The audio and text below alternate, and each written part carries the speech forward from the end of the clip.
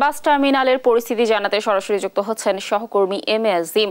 আজিম, বাস টার্মিনালের এখনকার পরিস্থিতি কেমন দেখছেন? যাত্রীর চাপ কেমন, কি বলছেন তারা, কি তথ্য রয়েছে? লাবণী, এই মুহূর্তেও কিন্তু বলা চলে যে যাত্রীর চাপ রয়েছে মহাখালী বাস টার্মিনালে, যে চাপটি কিন্তু সকাল থেকে শুরু হয়েছিল এবং এখনও আমরা দেখছি যে প্রতিটি কাউন্টার, প্রতিটি বাসের সামনে কিন্তু আসলে উপচে পড়া যাত্রী রয়েছেন, যারা টিকিট সংগ্রহ করে ঈদে বাড়ি ফিরছেন। এই মুহূর্তে আমি যদি আপনাকে দেখাতে চাই, এখান থেকে যে মধুপুর, পলাশবাড়ি, তারপরে ময়মনসিংহ সহ নেত্রকোনা সহ যে রুটগুলোতে বাসগুলো ছেড়ে যাচ্ছে, সেই রুটগুলোর বাসের সামনে কিন্তু আসলে যাত্রীরা এখনও ভিড় করছেন, পরিবার পরিজন নিয়ে আসছেন এবং টিকিটের জন্য অপেক্ষা করছেন। এই পরিবহনগুলোতে কিন্তু আসলে আমরা সকালে দেখেছি যে যাত্রী চাপ সামাল দিতে আলাদা আলাদা করে টিকিট কাউন্টার বসিয়ে, কিন্তু বেশি কাউন্টার বসিয়ে কিন্তু আসলে যাত্রীদেরকে টিকিট দেওয়া হয়েছিল এবং এনা পরিবহনে কিন্তু একটি মাত্র কাউন্টার, যার ফলে কিন্তু সেখান থেকে আমরা দেখেছি যে যাত্রী চাপ বেশি এবং সেখানে কিন্তু দীর্ঘ লাইন হয়েছিল। মহাখালীর এক প্রান্ত থেকে অন্য প্রান্ত বাস টার্মিনালের কিন্তু যাত্রীতে ভরে গিয়েছিল এবং দীর্ঘ লাইনে দাঁড়িয়ে অপেক্ষা করে কিন্তু তারা টিকিটগুলো সংগ্রহ করতে হয়েছে এবং সে চিত্রটি কিন্তু এখনও অব্যাহত রয়েছে এনা পরিবহনের কাউন্টারে। এবং সেখানে কিন্তু একটি অভিযোগ রয়েছে যে টিকিট কালোবাজারের মাধ্যমে বিক্রি করা হচ্ছে এবং 320 টাকার টিকিট 500 থেকে 600 টাকা পর্যন্ত দিয়ে তাদেরকে টিকিটগুলো সংগ্রহ করতে হচ্ছে এবং যারা এই টিকিটগুলো সংগ্রহ করছেন তারা কিন্তু আসলে লাইনে না দাঁড়িয়েই আসলে চলে যাচ্ছেন।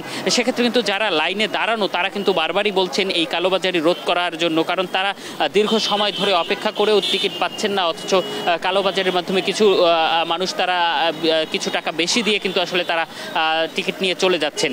এই অভিযোগটি তারা কিন্তু বারবারই করছেন। এর বাইরে যে অন্য যে পরিবহনগুলো রয়েছে সেগুলোতে কিন্তু আমরা বেলা বাড়ার সাথে সাথে দেখেছি সেগুলোতেও কিন্তু টিকিট নিয়ে একটু বেশি দামে টিকিট বিক্রির একটি অভিযোগ তারা করেছেন এবং সেই অভিযোগটি কিন্তু আমরা দেখেছি। কিন্তু আজকে কিন্তু এখানে টিকিটের যে বেশি মূল্য নেওয়া বা সুশৃঙ্খল করার জন্য মালিক পক্ষ থেকে কাউকে এখানে এখন পর্যন্ত আমরা দেখিনি বা পুলিশের কোনো টিমও এখানে আসেননি, যার ফলে কিন্তু আসলে মাঝে মধ্যেই এখানে বিশৃঙ্খলা হচ্ছে এবং এনা পরিবহনের সামনে কিন্তু সকাল 9টার দিকে একটি বিশৃঙ্খলা হাতাহাতির ঘটনা ঘটেছিল টিকিট কালোবাজারিকে কেন্দ্র করে।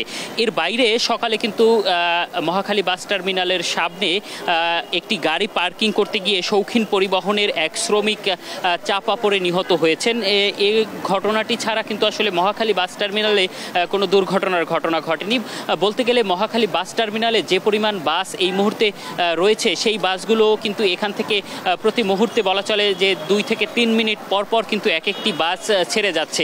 সেক্ষেত্রে রাস্তায় কিন্তু মহাখালীর সামনে একটি চাপ বেড়েছে, যার ফলে কিন্তু আসলে গাড়ি রাখা নিয়েও একটি ভোগান্তি এখানে তৈরি হয়েছে এবং সেই জায়গা থেকেই কিন্তু আসলে শৌখিন পরিবহনটি রাস্তার পাশে রাখার চেষ্টা করছিলেন এবং সেখানে কিন্তু সেই পরিবহন শ্রমিক চাপা পড়েন এবং তিনি কিন্তু ঘটনাস্থলেই নিহত হন।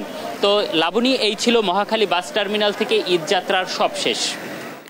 ধন্যবাদ আজিম আমাদের সাথে যুক্ত থাকার জন্য। দর্শক, বাস টার্মিনালের সর্বশেষ পরিস্থিতি জানছিল আমাদের সহকর্মী আজিমের কাছে।